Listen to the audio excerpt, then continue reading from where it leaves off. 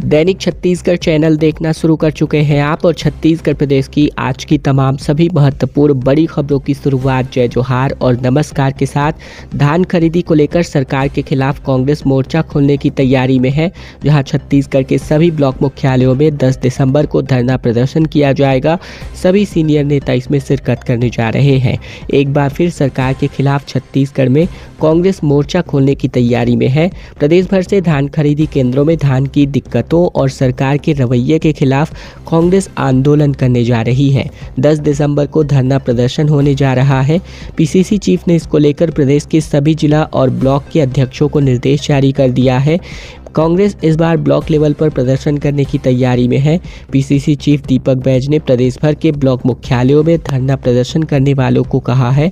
साथ ही आंदोलन के बाद राज्यपाल के नाम ज्ञापन भी सौंपा जाएगा। आंदोलन के बाद राज्यपाल को अवगत कराया जाएगा कि तमाम अव्यवस्थाओं को लेकर के उन्हें जो जानकारी है सौंपी जानी है। इसके अलावा पहले प्रदेश के सभी धान खरीदी केंद्रों में निरीक्षण के बाद मिनी रिपोर्ट तैयार की गई थी और इस मुद्दे पर रणनीति तय की गई है। इसके अलावा बैज ने सभी सीनियर नेताओं, विधायक, पूर्व मंत्री, पूर्व विधायक समेत पदाधिकारियों को भी अपने ब्लॉक में होने वाले आंदोलन में शामिल होने को कहा है। छत्तीसगढ़ के तमाम संविदा स्वास्थ्य कर्मचारी अब आंदोलन की राह देखते नजर आ रहे हैं। छत्तीसगढ़ प्रदेश एनएचएम कर्मचारी संघ के बैनर तले अपनी रणनीति बनाने को मजबूर है। प्रदेश के संविदा स्वास्थ्य कर्मचारी महासंघ अब आंदोलन की तैयारी में है। इसके लिए छत्तीसगढ़ प्रदेश एनएचएम कर्मचारी संघ के बैनर तले बैठक करके रणनीतियां डिस्कस करी जा रही हैं। संविदा स्वास्थ्य कर्मचारी नियमितीकरण के साथ साथ 1.5 वर्ष से लंबित 27% वेतन वृद्धि की मांग कर रहे हैं। संघ के प्रदेश अध्यक्ष डॉक्टर अमित मीरी ने बताया कि नई सरकार के गठन के पश्चात से ही अब तक जिलों तथा प्रदेश स्तर पर 50 से अधिक बार मुख्यमंत्री, उप मुख्यमंत्री, स्वास्थ्य मंत्री, वित्त मंत्री, सांसद, विधायकों सहित प्रशासनिक अधिकारियों और सांसदों को नियमितीकरण समेत लंबे के समय से लंबित तकरीबन 27% वेतन वृद्धि के संबंध में भेंट मुलाकात का ज्ञापन दिया जा चुका है, लेकिन आज तक इस पर कोई भी ठोस कार्यवाही नहीं हुई है। स्थितियों को देखते हुए प्रदेश स्तर पर जिलाध्यक्षों, प्रदेश पदाधिकारियों की बैठक राजधानी रायपुर में आयोजित की जा रही है, जिसमें आंदोलन की रूपरेखा बनाई गई है। डॉक्टर मीरी ने बताया कि सरकार को जल्द ही अल्टीमेटम जारी कर दिया जाएगा और इन्होंने कहा कि अगर हमारी मांगें समय सीमा में पूरी नहीं की जाती हैं तो एनएचएम कर्मचारी प्रदेश की स्वास्थ्य व्यवस्थाओं को ठप करने पर मजबूर होंगे, जिसके लिए सरकार ही जिम्मेदार होगी। और अब छत्तीसगढ़ के बालोद से बड़ी खबर, जहां तकरीबन 95 गांवों की सैकड़ों महिलाओं से 70 करोड़ की अधिक की ठगी का मामला सामने आ रहा है।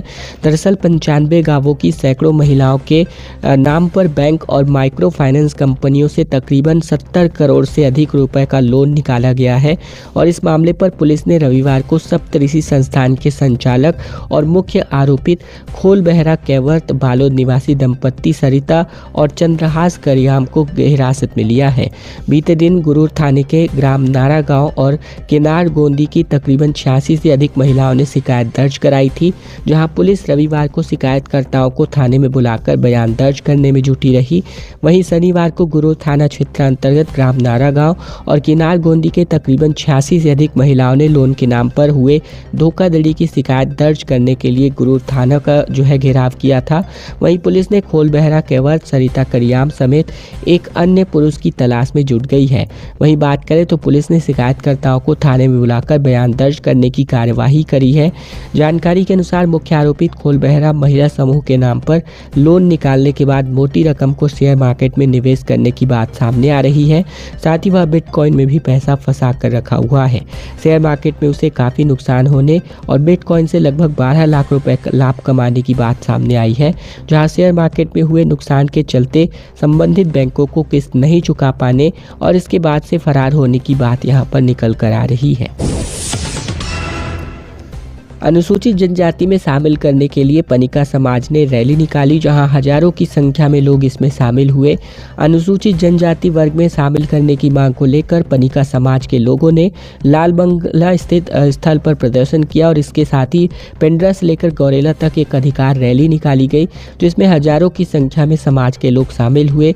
समाज की ओर से कलेक्टर को ज्ञापन सौंपकर प्रधानमंत्री और मुख्यमंत्री तक अपनी बातें पहुंचाई गई।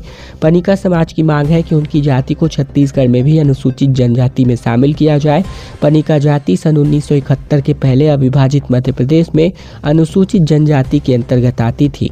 अलग छत्तीसगढ़ राज्य बनने के बाद पनिका जाति को अनुसूचित जनजाति वर्ग से हटाकर पिछड़ा वर्ग में शामिल कर दिया गया था। पनिका समाज के लोगों का कहना है कि मध्य प्रदेश में भी आज भी उनकी जाति अनुसूचित जनजाति वर्ग में शामिल है, लेकिन छत्तीसगढ़ में पनिका जाति को अनुसूचित जनजाति में शामिल नहीं किया गया है। छत्तीसगढ़ में कई सरकार बदली है, लेकिन मांगे पूरी नहीं हो पाई है। एक देश में एक समान कानून होना चाहिए। समाज के लोगों ने कहा कि अगर मांगे पूरी नहीं की जाती है तो आगे भी आंदोलन किया जाएगा। मध्य प्रदेश का T200 बाघ छत्तीसगढ़ में अपना शिकार कर रहा है। भैंस और बकरी को मार डाला, जबकि 6 गांवों में इसके खिलाफ बिजली काटी गई। ट्रैंकुलाइज करने को लेकर एक्सपर्ट्स अपनी राय दिखाई दे रहे हैं। मध्य प्रदेश के कान्हा टाइगर रिजर्व से T200 बाघ घूमते घूमते अब छत्तीसगढ़ पहुंच चुका है। अमरकंटक से पेंड्रा मरवाही होते हुए बाघ शनिवार को मनेन्द्रगढ़ चिमरी भरतपुर जिले की सीमा पर घुस गया, जहां इलाके में भैंस और बकरियों का शिकार कर रहा है। रविवार को ये बॉर्डर पर ही मौजूद रहा। एहतियातन तौर पर तकरीबन 6 गांवों की बिजली काट दी गई, क्योंकि कई बार ग्रामीण करंट फैला करके जंगली जानवरों का शिकार करते हैं। साथ ही लोगों को रात में घर से बाहर न निकलने और जंगल की ओर न जाने को कहा गया है। वहीं बाघ को लेकर ट्रैंकुलाइज करने एक्सपर्ट डॉक्टर चंदन कुमार को बुलाया गया है। इसके अलावा बाघ को लेकर के ग्रामीणों ने कहा कि खूंखार बाघ को लेकर दहशत का माहौल है। लोगों का घरों से निकलना मुश्किल है, जबकि मवेशियों को चराने और लकड़ी जंगल लेने नहीं भी जा सकते हैं।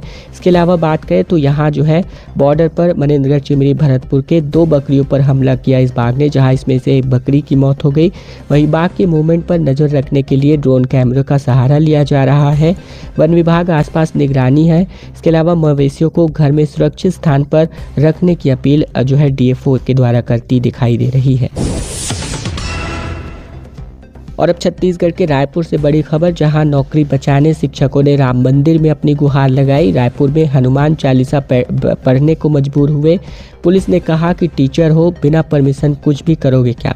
दरअसल छत्तीसगढ़ में B.Ed डिग्रीधारी सहायक शिक्षकों का मानना है कि उनकी नौकरी खतरे में है। इसको लेकर वे रविवार को रायपुर में राम मंदिर पहुंचे, जहां सहायक शिक्षक यहां अपनी नौकरी बचाने की गुहार लेकर पहुंचे थे। हालांकि दोपहर में मंदिर के पट बंद रहने के कारण शिक्षकों ने मंदिर परिसर के बाहर ही हनुमान चालीसा का पाठ करना शुरू कर दिया। इस दौरान मौके पर मौजूद पुलिस ने फटकार लगाते हुए सभी शिक्षकों को रोक दिया। एक पुलिस कर्मचारी ने कहा कि जबरदस्ती उठाकर ले जाऊंगा, समझ में आ जाएगा। इसके अलावा बात करें तो उदयपुर ब्लॉक तकरीबन पूरे प्रदेश के तमाम ब्लॉकों से आए सहायक शिक्षक ने अपनी जो है जानकारी साझा करी। का कहना है कि 10 दिसंबर को कंटेम्प्ट ऑफ कोर्ट की सुनवाई होने वाली है, जिसमें कोर्ट ने सरकार को आदेश दिया था कि D.Ed वालों की लिस्ट जारी करी जाए। B.Ed डिग्रीधारी तकरीबन 2900 सहायक शिक्षक पिछले 14 महीने से अपनी सेवाएं दे रहे हैं और हम सभी डरे हुए हैं कि हमारी नौकरी किसी भी वक्त जा सकती है। इसके अलावा बात करें तो यहाँ तकरीबन जो है 2900 की संख्या में ये शिक्षक अभी प्रदेश में अपनी सेवाएं दे रहे हैं। और अब छत्तीसगढ़ के कवर्धा से बड़ी खबर, जहां 983 गांव और 102 शहरी वार्डों में पशु पक्षियों का सर्वे शुरू हो चुका है। दरअसल छत्तीसगढ़ समेत पूरे देश में इस प्रकार का सर्वे शुरू किया गया है, जहां छत्तीसगढ़ के कवर्धा जिले से ये बड़ी खबर आ रही है। पशु संगणना का कार्यक्रम प्रारंभ किया गया है, जो फरवरी 2025 तक चलेगा। जैसे जनगणना का कार्य प्रत्येक 10 वर्षों में किया जाता है, वैसे ही पशु संगणना का कार्य हर 5 वर्षों में किया जाता है।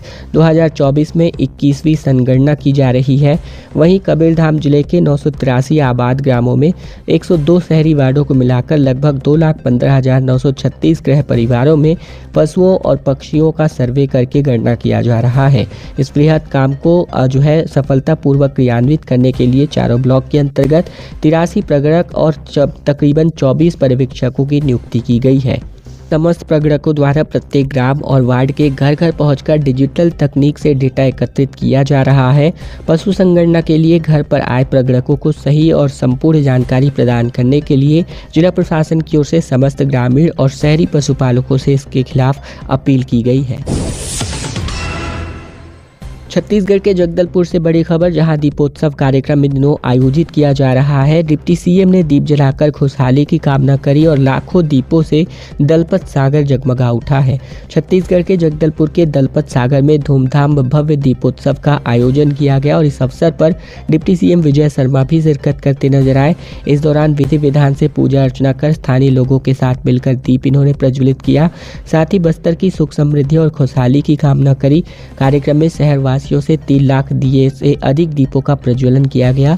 जगदलपुर के दलपत सागर में भव्य दीपोत्सव में डिप्टी सीएम विजय शर्मा उपस्थित हुए और वहीं इस अवसर पर जो है लोगों ने भी बड़े ही धूमधाम के साथ दीप प्रज्वलित किए।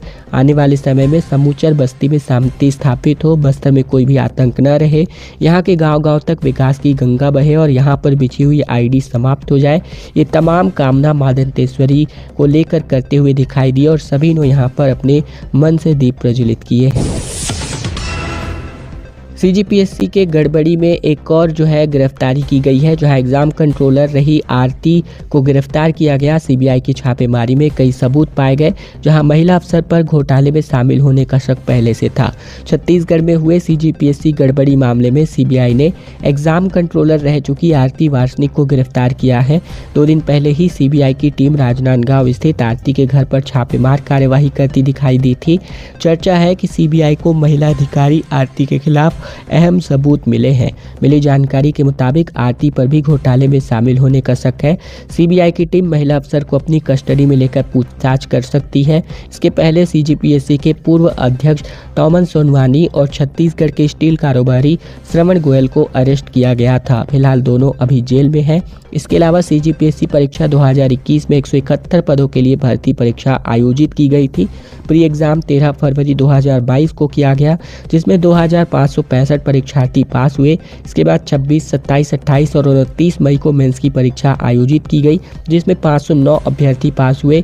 इंटरव्यू के बाद 11 मई 2023 को 170 अभ्यर्थियों की सिलेक्शन लिस्ट जारी की गई थी।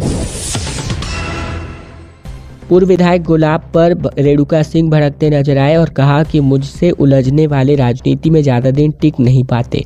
दरअसल छत्तीसगढ़ के भरतपुर सोनहत विधानसभा क्षेत्र से विधायक रेणुका सिंह और पूर्व विधायक गुलाब कमरो के बीच जुबानी जंग तेज हो गई है।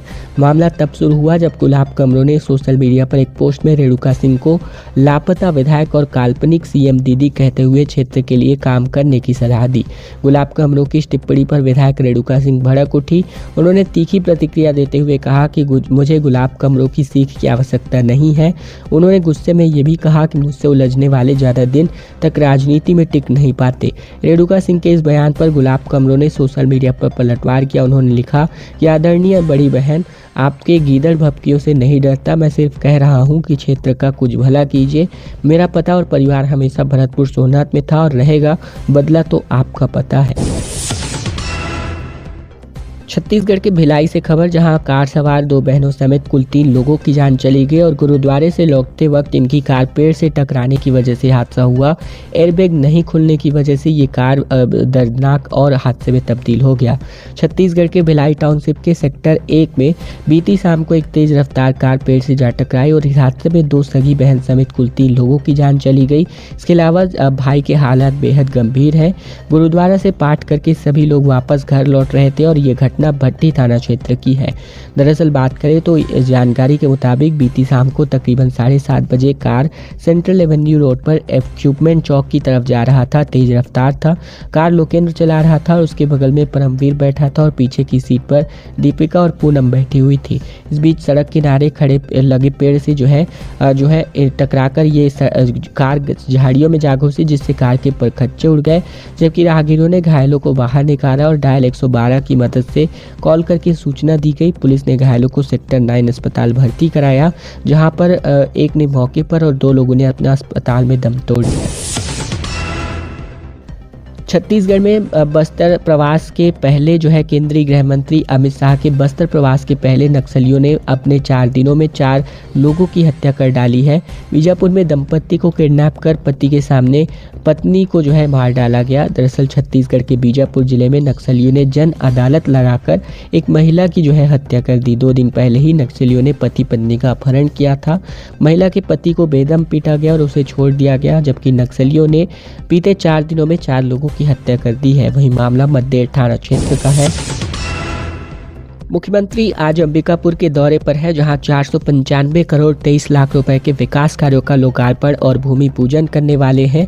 मुख्यमंत्री विष्णुदेव साय आज पीजी कॉलेज मैदान में आयोजित कार्यक्रम में 495 करोड़ 23 लाख रुपए के 1192 विभिन्न विकास कार्यों का लोकार्पण और भूमि पूजन करेंगे, जिसमें 154 करोड़ के विकास कार्यों का भूमि पूजन किया जाएगा। साथ ही 154 करोड़ के राशि के 145 कार्यों का लोकार्पण किया जाएगा। इसके अलावा 340 कार्यों का भूमि पूजन भी इसमें शामिल है।